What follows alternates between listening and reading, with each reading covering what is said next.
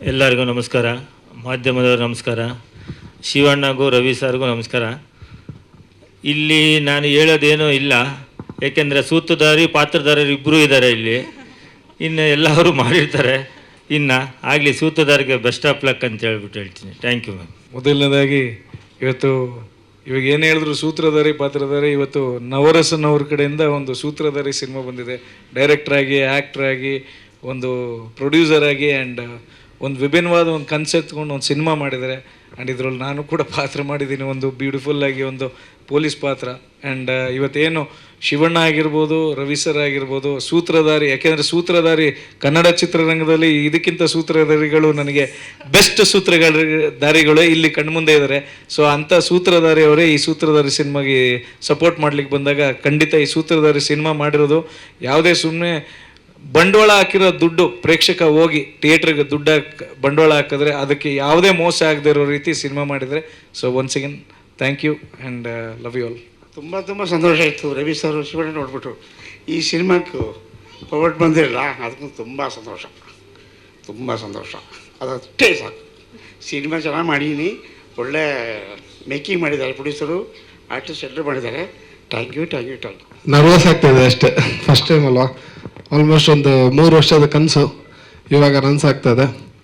First of all ಬಂದಿರೋ ಶಿವರಾಜ್ ಕುಮಾರ್ ಸರ್ಗೆ, ರವಿ ಸರ್ಗೆ ತುಂಬ ಥ್ಯಾಂಕ್ಸ್ ಸರ್. ಇನ್ನು ಮೀಡಿಯಾ ಮಿತ್ರರೆಲ್ಲರಿಗೂ ಥ್ಯಾಂಕ್ಸ್.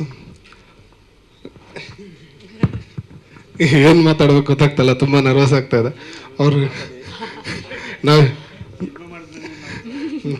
ನಾವು ಇಂಡಸ್ಟ್ರಿಗೆ ಬರಬೇಕು ಅಂದ್ಕೊಂಡಿದ್ದೆ, ಅದೊಂದು ಕನಸು, ತುಂಬ ದೊಡ್ಡ ಕನಸು.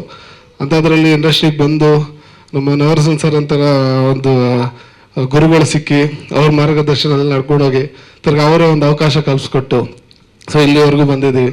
ಹಾಗೆ ನಮ್ಮ ಶಿವರಾಜ್ ಕುಮಾರ್ ಸರ್ ಜೊತೆ ವರ್ಕ್ ಮಾಡೋ ಅವಕಾಶನೂ ಸಿಕ್ತು ಚಂದ್ರಹಾಸಲ್ಲಿ. ಸೊ ಅದಕ್ಕಿಂತ ಭಾಗ್ಯ ಇನ್ನೇನಿಲ್ಲ.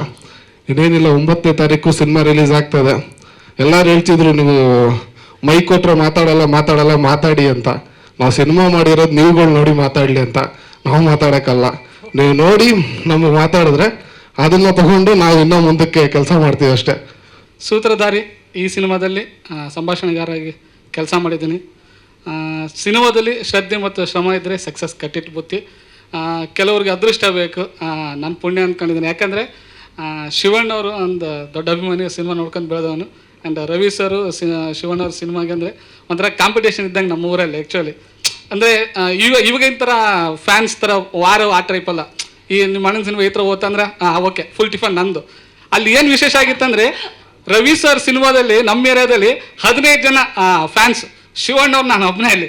ನಾನೇನಾದ್ರು ಸೋತ್ರ 15 ಜನಕ್ಕೆ ಟಿಫನ್ ಮಾಡಬೇಕು. ಬಟ್ ಶಿವಣ್ಣವ್ರು ಹೇಗಿದ್ರೆ ಅವರೆಲ್ಲ ಒಬ್ಬೊಬ್ರು ನನಗೆ ಮಾಡಬೇಕು. ಇದು ಯಾಕೆ ಹೇಳ್ತೀನಿ ಅಂದರೆ ಒಂದು ಸಿನಿಮಾ ಅವಾಗ ಏನಪ್ಪ ಅಂದರೆ ನಮ್ಮಣ್ಣ ನಿಮ್ಮಣ್ಣ ಅನ್ನೋಕ್ಕಿಂತ ಕನ್ನಡ ಸಿನಿಮಾ ಒಂದು ಎಂಟರ್ಟೈನ್ಮೆಂಟ್ ಅಂತ ನೋಡ್ತಿದ್ರು. ಬಟ್ ಇವಾಗ ಏನಾಗಿದೆ ಅಂದರೆ ಪ್ರತಿಯೊಬ್ಬರು ಇವತ್ತು ಎಲ್ಲ ಮೊಬೈಲ್ ಸಿಕ್ಕ. ಲಾಸ್ಟ್ ನವರಸನ್ ಸರ್ ಹೇಳಿದರು, ಇವತ್ತು ಸಿನಿಮಾ ತಲುಪಿಸೋದು ಎಷ್ಟು ಕಷ್ಟ ಆಗಿದೆ ಅಂದರೆ ನೀವು ಇವಾಗ ದೊಡ್ಡ ಚಾನಲ್ ನೋಡ್ಬೋದು. ಸಾಯಂಕಾಲ ಆದರೆ ಮುಂಚೆ ನಮಗೆ ಕನಸುಗಾರ, AK-47, ಪ್ರೀತಿ ಅಂತ ಸಿನಿಮಾಗಳು ಬರ್ತಾಯಿದ್ವು. ಇವತ್ತು 6 ಗಂಟೆ ಆದರೆ ಸಾಕು, ಅದು ಪ್ರೈಮ್ ಟೈಮ್. ಅಂದರೆ ಸಾಯಂಕಾಲ ನಮ್ಮ ಹಳ್ಳಿ ಕಡೆ ನೋಡೋರು ಅಥವಾ ಎಲ್ಲ ಕಡೆಯೂ ನೋಡೋದು ಆ್ಯಕ್ಚುಲಿ ನಮ್ಮ ಸ್ಟಾರ್ಗಳ ಸಿನಿಮಾ ಬರ್ತಾಯಿದ್ವು. ಬಟ್ ಇವತ್ತೇನಪ್ಪ ಅಂದರೆ ಡಬ್ಬಿಂಗ್ ಸಿನಿಮಾಗಳು ಬಂದಿದ್ದಾವೆ. ಬರೋದು ತಪ್ಪು ಅಂತ ಅಲ್ಲ ಹೇಳ್ತಿಲ್ಲ, ಬಟ್ ಅದನ್ನು ಪ್ರತಿಯೊಂದು ಒಂದು ಹೊಸ ಟೀಮ್ಗೂ ಆ ಥರ ಅವಕಾಶಗಳಿಗೆ ಸಿಕ್ಕರೆ ಚೆನ್ನಾಗಿರುತ್ತೆ. ನಮ್ಮ ಸೂತ್ರಧಾರಿಗೆ ನಿಮ್ಮೆಲ್ಲರೂ ಪ್ರೀತಿ ಪ್ರೋತ್ಸಾಹ ಇರಲಿ. ಸರ್ ಥ್ಯಾಂಕ್ ಯು, ನಮಗೊಂದು ಸಿನಿಮಾಗೆ ಆಶೀರ್ವಾದ ಮಾಡೋದು ಬಂದಿದ್ದಕ್ಕೆ. ನಮಗೆ ಈ ಸಿನಿಮಾದಲ್ಲಿ ಅವಕಾಶ ಕೊಡಿದಂತೆ ನವರಸನ್ ಸರ್ಗೆ thank you. And Chandan sir ತುಂಬ ಚೆನ್ನಾಗಿ ನಟಿಸಿದ್ದಾರೆ. ತಬಲಾಣಿ ಸರ್ ತುಂಬ ಖುಷಿ ಕೊಡ್ತಾರೆ.